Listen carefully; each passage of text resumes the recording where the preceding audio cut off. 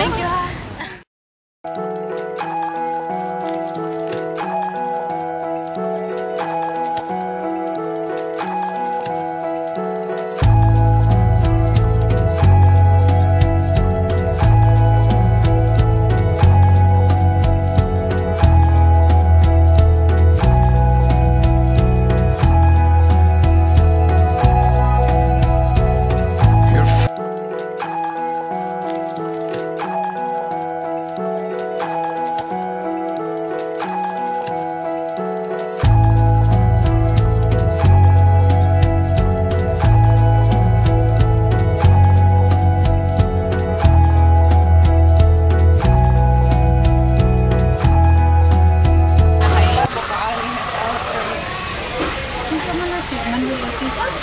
Salamat Iha, salamat kaayo.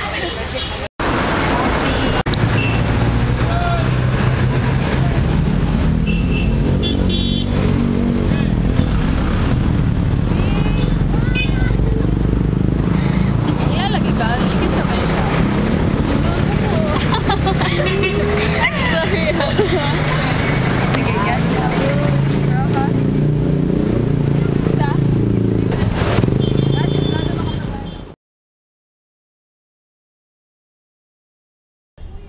So we are here currently at Museo Subo, and we will be going into the presidential room in order to catch a glimpse of the life of Elpidio Quirino.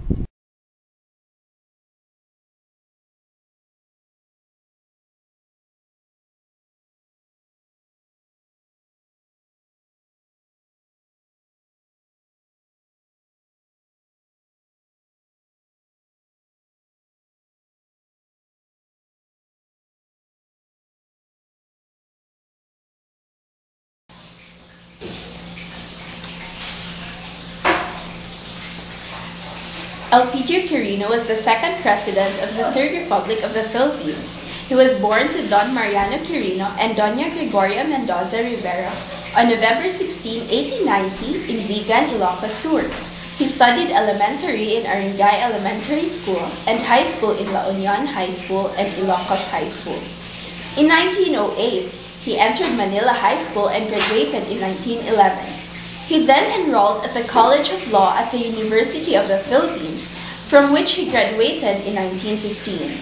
In the same year, he passed the bar examinations and served as a secretary to President Manuel Rojas, thus rising through in the ladder of Philippine government. In 1919, he was elected representative of the 1st District of Ilocos Sur, and in 1925 as a senator. He was again re-elected as senator in 1931 and served as a member to the Philippine Independence Mission in Washington, D.C. He helped secure the Tidings-McDuffie Act, which was instrumental to the independence of the Philippines from the U.S.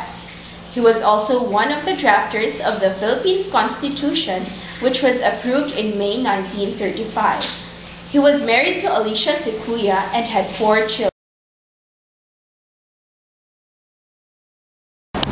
Unlike Jose P. Laurel, who was the president of the Philippines during that time, Elpidio Quirino refused to join the puppet government of the Japanese in 1942.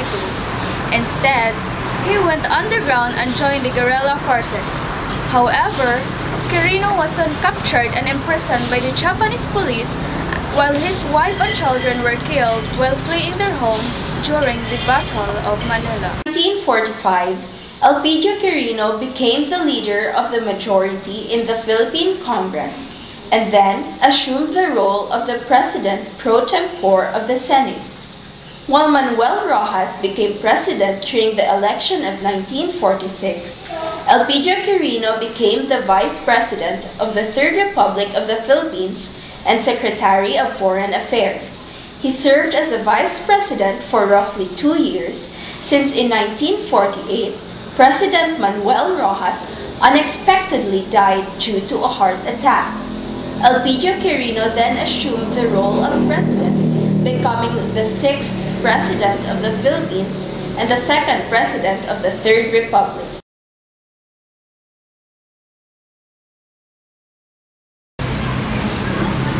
Poverty was the major problem that faced Quirino when he became the president. People, especially in the mountain province, starved. The farmlands were destroyed by locusts and rats plagued the fields, which made crops useless.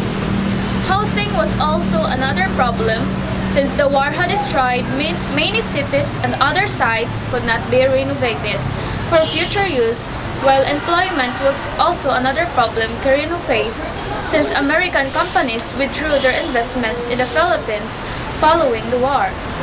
The Hukbalahap was also another problem that posed a threat to his administration.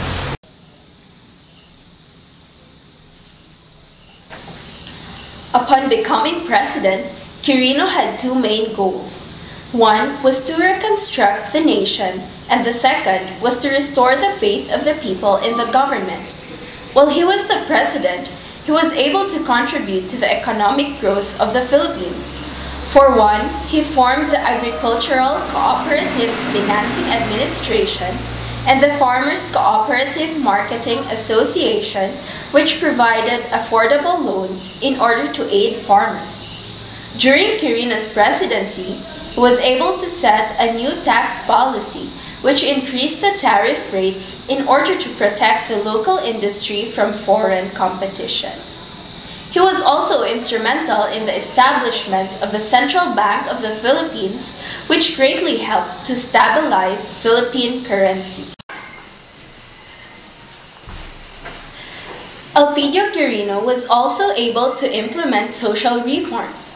He put into action the President's Action Committee on Social Amelioration, which aided financially challenged families. Also, among his other social reform programs was one he came up with after several visits to the slum and backward areas of the country. He came up with a 7-point program which included unemployment insurance, old age insurance, accident and permanent disability insurance, health insurance, maternity insurance, state relief, and labor opportunity. Some of the other programs he implemented was the ACCFA, or the Agricultural Credit Cooperatives Financing Administration, which aided in helping the farmers sell their produce, the Labor Management Advisory Board, which aided the President in matters concerning labor, and the Rural Bank of the Philippines, which helped the citizens in rural areas to properly manage their finances. Heightened industrial ventures, improved irrigation, developed roads and banking systems are some of the greatest achievements of Quirino's administration.